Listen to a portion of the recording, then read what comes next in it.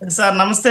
సురేష్, మీకు ఏంటి అదే విధంగా పరిస్థితి? ప్యానెల్‌లో ఉన్నటువంటి అమరావతిలో ప్రతి ఒక్కరికి గతంలో కూడా మీరు నమస్కారాలు. చాలా దారుణాలకు పాల్పడ్డారట. ఇప్పుడు కూడా అదే పరిస్థితి కొనసాగుతుంది మీ ద్వారా అని చెప్పి చాలా నీచంగా చులకనగా చేసి మాట్లాడుతున్నారు. ఒక చిన్న ప్రశ్న సార్. ఆ వ్యాఖ్యలు మాట్లాడినటువంటి వ్యక్తి ఎవరనేసి ఒక క్లారిటీ ఇస్తారా సార్?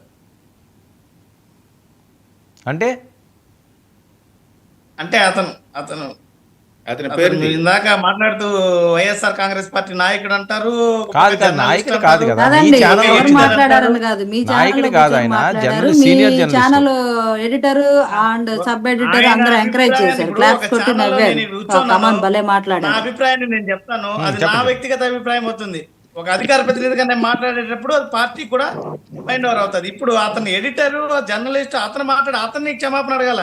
కానీ దీన్ని ఇది మాత్రం ఎవరు మాట్లాడినా ఈ రకమైనటువంటి వ్యాఖ్యలు అయితే మంచి పద్ధతి కాదు.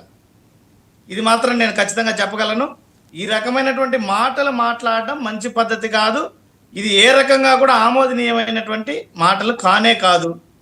ఇది ఖచ్చితంగా ఖండిస్తున్నాం మేము కూడా. అయితే అతను మాట్లాడిన దాన్ని తీసుకొని వచ్చి పార్టీకి ఆపాదించడం అనేది మంచి పద్ధతి కాదు.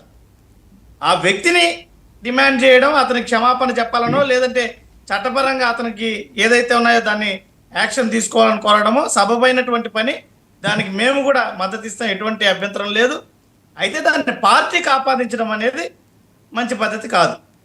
ఇకపోతే మన జనసేన పార్టీ శివపార్వతి గారు, విజయ్ గారు ఇద్దరు మాట్లాడుతూ చాలా చక్కగా మహిళల గౌరవము వీటి మీద అనర్గళంగా ప్రసంగించారు.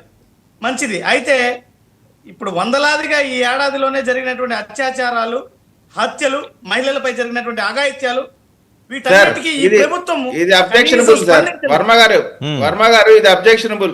ఉన్నటువంటి సమస్య దీన్ని చాలా జాగ్రత్తగా తెలివిగా డైవర్ట్ చేసి సమస్యను పక్కదోవ పట్టించి ప్రయత్నం చేస్తున్నారు. ఇది చాలా అబ్జెక్షనబుల్. వీళ్ళకి ఈ రకమైనటువంటి వ్యాఖ్యలు. ఆవిడ శివపార్వతి గారు ఒక అడుగు ముందుకేసి వీళ్ళు రాష్ట్రానికి పట్టిన పీడ ఇన్ని మాట్లాడారు. ప్రజలు అంటుంది అవన్నీ ఈ రోజు మీ ఛానల్ నుంచి టెలికాస్ట్ అయిన మాటలే చెప్తారు ప్రజలు. విషయాల మీద మీరు ప్రసంగించారు, పార్టీకి ఆపాదిస్తున్నారు. నాలెడ్జ్ ఉందా? ఎవరైతే శ్రీరెడ్డి గారు కూడా మా పార్టీ కాదన్నారు. ఆవిడొచ్చి వైఎస్ఆర్సీపీ పార్టీ జగనన్ననే మాట్లాడుతుంది. మీ పార్టీ పెద్ద మనుషులే ఆవిడకి బ్యాక్ ఎండ్ లో సపోర్ట్ చేశారని మొన్న ఆవిడ జైలుకి వెళ్ళి తీసుకెళ్లి అరెస్ట్ అప్పుడు కూడా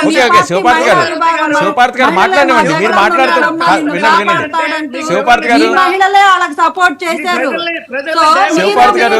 మీరు క్లైమ్ చేసుకోకుండా శివపార్తి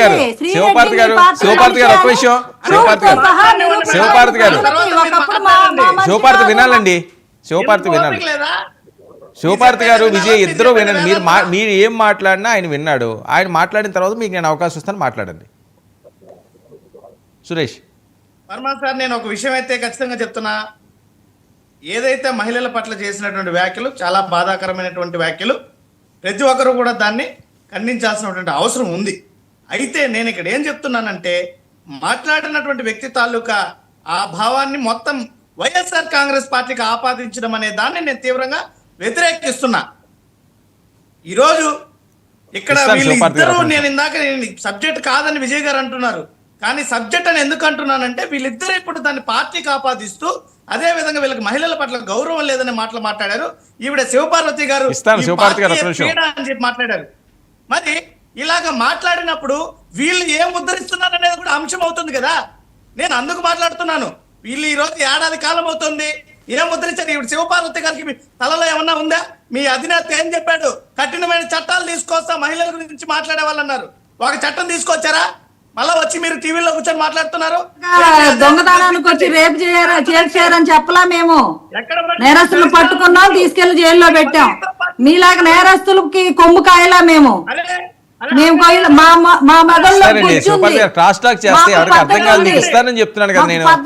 పాలసీలు చేసే దమ్ముంది. మీలాగా అబద్ధాలు చెప్పి క్రిమినల్స్ ని వెనకేసుకునే పార్టీ కాదు మాది.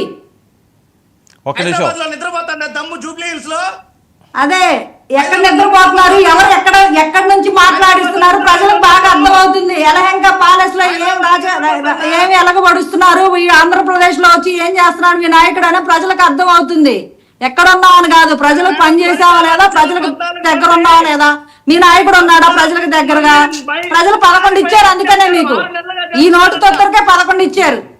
ఒక్క నిమిషం 6 నెలలుగా చిన్నారిపై అఘాయిత్యం చేస్తున్నారంట. మీ దమ్ము నిద్రపోతుంది జూబ్లీ హిల్స్ లో, పోయి తట్టి లేపండి. గుర్తుందా?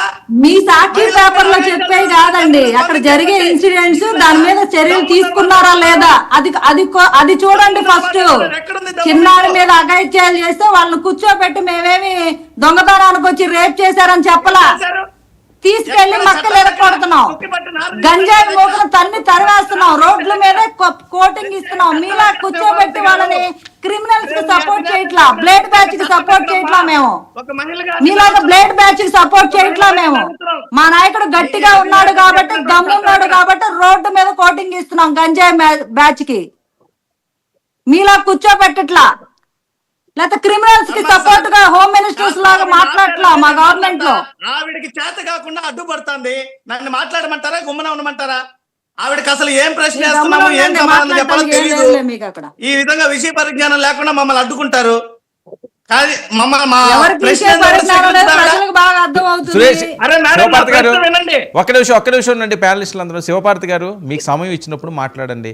పీసీఆర్ ఎవరు మాట్లాడితే వాళ్ళకి మైక్ ఇవ్వండి, మిగతా అన్ని మ్యూట్లో పెట్టండి. సురేష్ వర్మ సార్, నేను చాలా క్లియర్ గా మాట్లాడుతున్నా. వాళ్ళు పార్టీ ప్రస్తావన తీసుకొచ్చినటువంటి సందర్భంలో నా ప్రశ్న ఏంటంటే, ఆవిడ శివపార్వతి గారు జనసేన పార్టీ అధికార ప్రతినిధి, వాళ్ళ అధినేత చెప్పినటువంటి వ్యవహారం ఏంటంటే, మహిళలని కన్నెత్తి చూడాలన్నా కూడా భయపడాలి, మహిళల్ని ఎవరైనా ఏదైనా కూడా చేస్తే తొక్కిపెట్ట నార తీస్తాము, మోకాళ్ళ మీద కూర్చోబెడతాము, ప్రత్యేక చట్టాలు తీసుకొని వస్తాము, పవన్ కళ్యాణ్ ఉన్నాడు అనే మాటలు మాట్లాడాడు. నేను దాన్ని ప్రశ్నిస్తున్నా. మరి ఈ రోజు వందలాదిగా అత్యాచారాలు జరుగుతున్నాయి, హత్యలు జరుగుతున్నాయి. నిన్నటికి నిన్న పరిటాల అనుచరులు 14 మంది ఒక చిన్న పాపని 6 నెలలుగా అఘాయిత్యానికి పాల్పడుతుంటే ఎక్కడ నిద్రపోతున్నారా? ఈ రకమైనటువంటి వ్యవహారాలు జరుగుతుంటే వీళ్ళు చెప్పిన చట్టాలు ఎక్కడని మేము ప్రశ్నిస్తున్నాం, వీళ్ళు చెప్పిన హామీలు ఎక్కడని మేము ప్రశ్నిస్తున్నాం. దానికి మాకు దమ్ము ఉంది, మాకు చిత్తశుద్ధి ఉంది. దమ్ము ఎక్కడ? వీళ్ళ అధినేత జూబ్లీ హిల్స్ లో నిద్రపోతున్నాడు. అదే నా దమ్ము కాదండి. ఇప్పుడు జరిగిన కాదు అమరావతి